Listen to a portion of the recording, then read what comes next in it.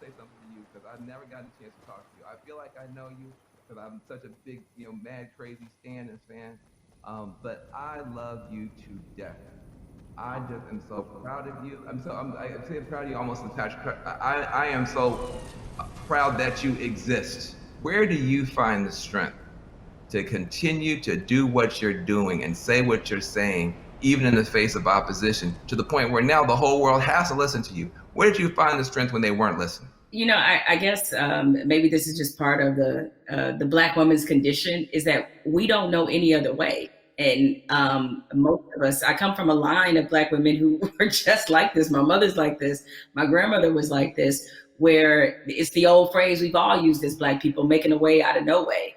And scream until they hear you. You know what I'm saying? Is that because the opposite, to do the opposite of that is what? Is that I can't even afford to do that. I don't know any other mode but to fight for what's right, but to try to stand on the right side of history, but to speak for people who don't have a voice or a platform as large as mine because somebody did it for me.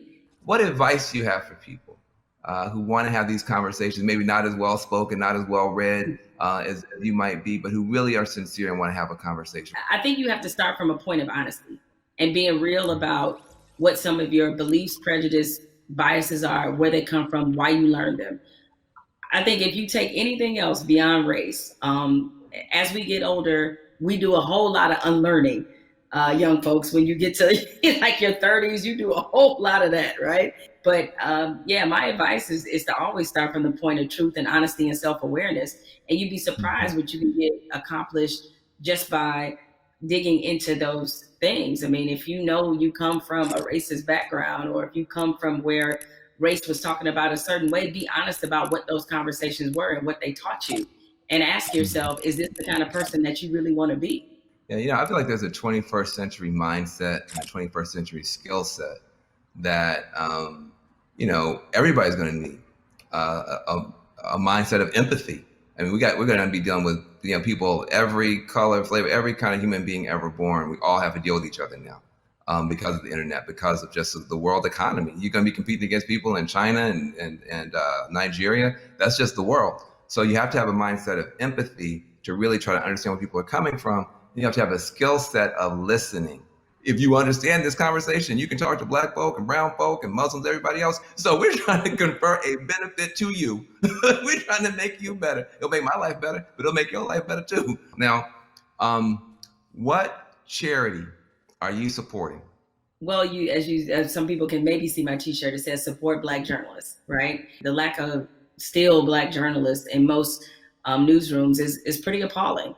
What changed my life and what got me really on the right path in this business was being a member of the National Association of Black Journalists. NABJ is the largest minority journalism organization in the country. The development, the networking, job fair, internships, scholarships, what happens there has changed lives. It changed a lot of people's careers. I mean, people like you, Van, and everybody you want to think of, Roland Martin, Soledad O'Brien. It's just a number of people, Michael Wilbon, that are a part of this organization and have been able to build legacies there. And so it's on us to, again, usher in this next generation of young journalists who, I get it right now, feeling really discouraged when they look at not just what a lot of newsrooms look like, a lot of networks look like, but also we're under the under the shadow of a pandemic right now. So there's a lot of journalists who have lost their jobs. A lot of companies are downsizing. They need a reason to believe and to be in this business. And so NABJ has done so much for my career and continues to do that for others. So that's the charity that I support and the organization that has changed my life and that of many others. Well, listen, I second that, third that, and fourth that. NABJ is a beautiful organization. I've got groups I want to support as well. But what I want to say to you is just thank you for your light, for your leadership, for your courage, for your entrepreneurship, for your T-shirts and all that type of stuff. Make sure to support the sister businesses, and let's keep this conversation going. Much love to you. Thank you.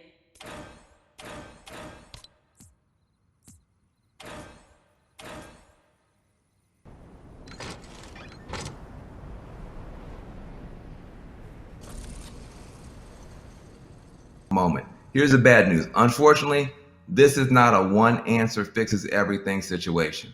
We're talking about systemic problems, which means it's not just one law or one person.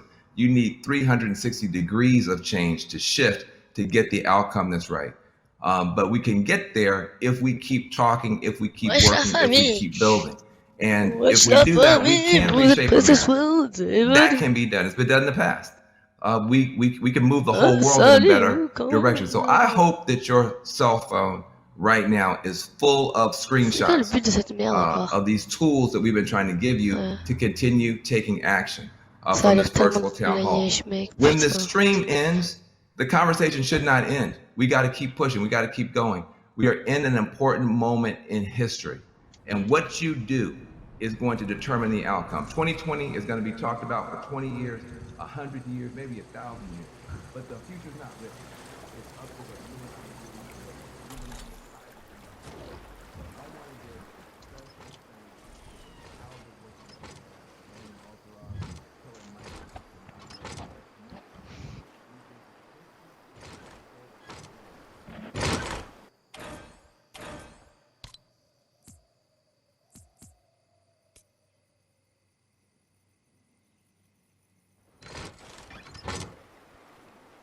M'en bats les couilles, je suis faya. Viens.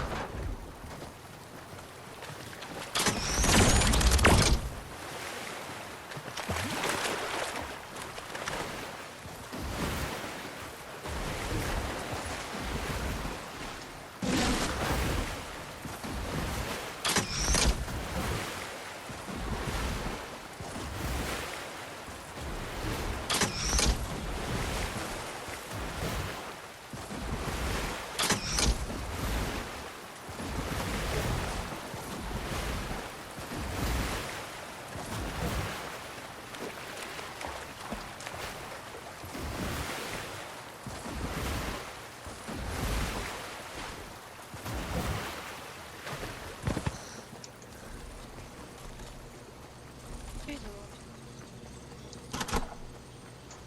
derrière